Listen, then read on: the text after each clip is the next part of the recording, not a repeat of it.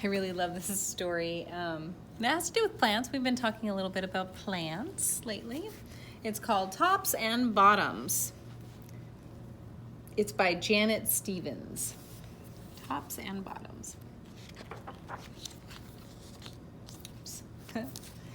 Tops and bottoms. Sometimes the pictures go this way in this book, which is kind of cool. Like on this first page, it does. Once upon a time, there lived a very lazy bear who had lots of money and lots of land.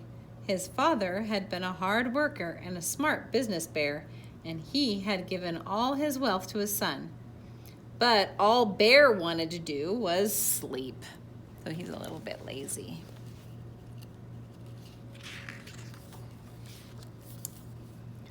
Not far down the road lived a hare. A hare is a fancy word for rabbit. Although Hare was clever, he sometimes got into trouble.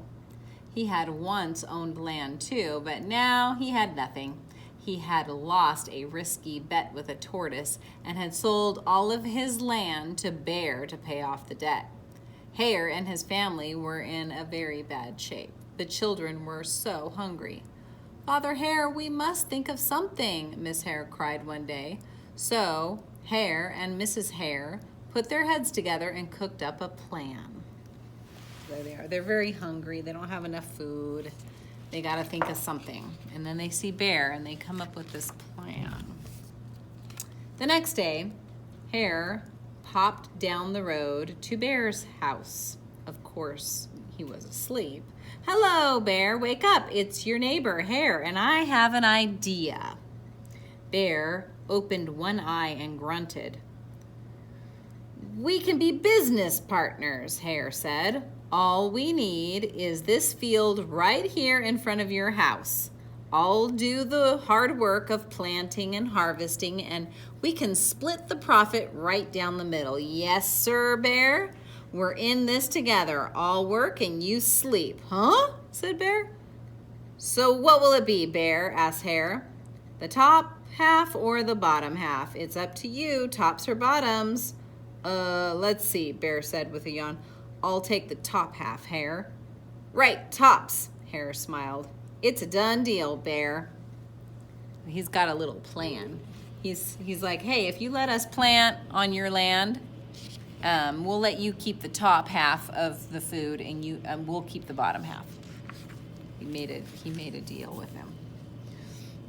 And then Bear's just going to be lazy and sleep the whole time, and the Hare's going to work.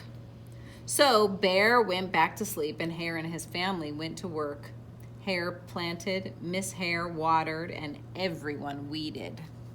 That means pulling the weeds. Bear slept as the crops grew. When it was time for harvest, Hare called, "Wake up, Bear! You get the tops, and I get the bottoms."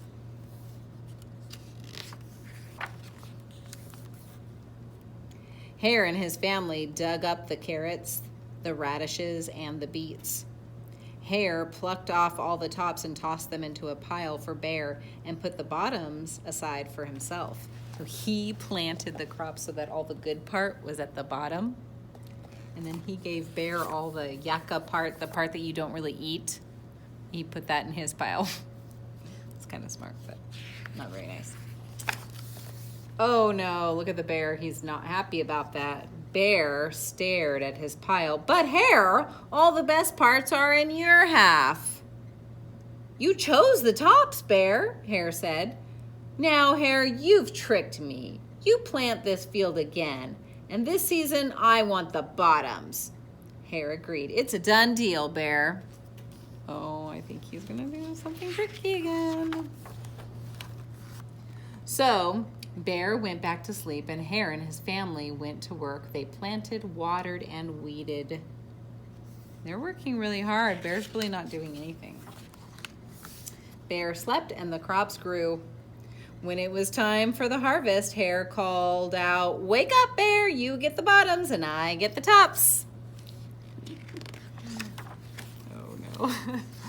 Hare and his family gathered up the lettuce, the broccoli, and the celery. Hare pulled off the bottoms for Bear and put the tops in his own pile. Look at. So he gets all the lettuce and the broccoli and the celery because that's the part that grows off the top. And he gave Bear the bottoms. And he planted it on purpose that way. Oh, I'm not gonna be happy.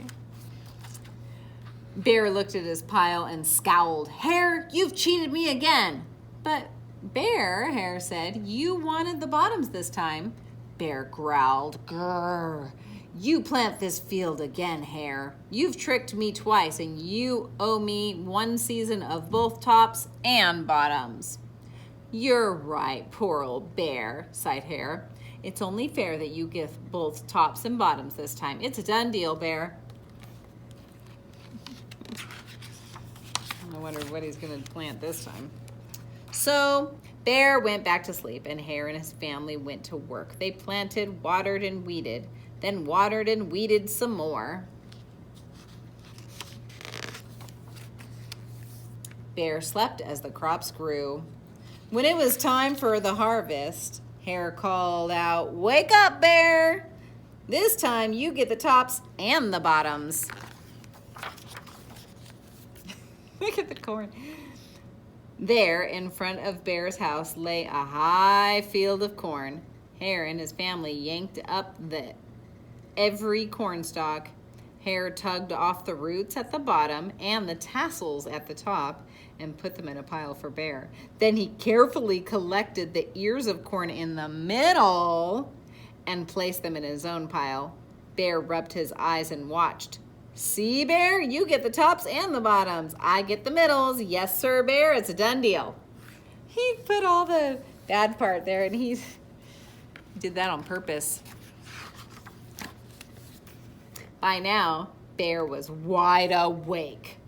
That's it, Hare, he hollered. From now on, I'll plant my own crops and take the tops, bottoms, and middles. Hare and his family scooped up the corn and hopped down the road toward home.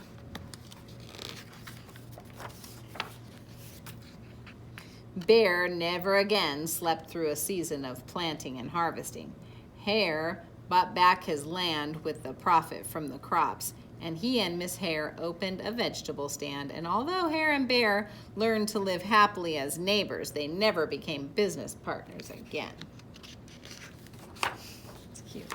So I just wanted you to know that there are certain plants where the bottom part is the part that we eat, and the top part we don't eat. And then there's other plants where we eat the top part, but not the bottom part. And then, of course, there's the corn where we don't eat the bottom or the top, but we do eat the middle. That's where the corn grows, is in the middle. So it's interesting how different plants grow in different ways.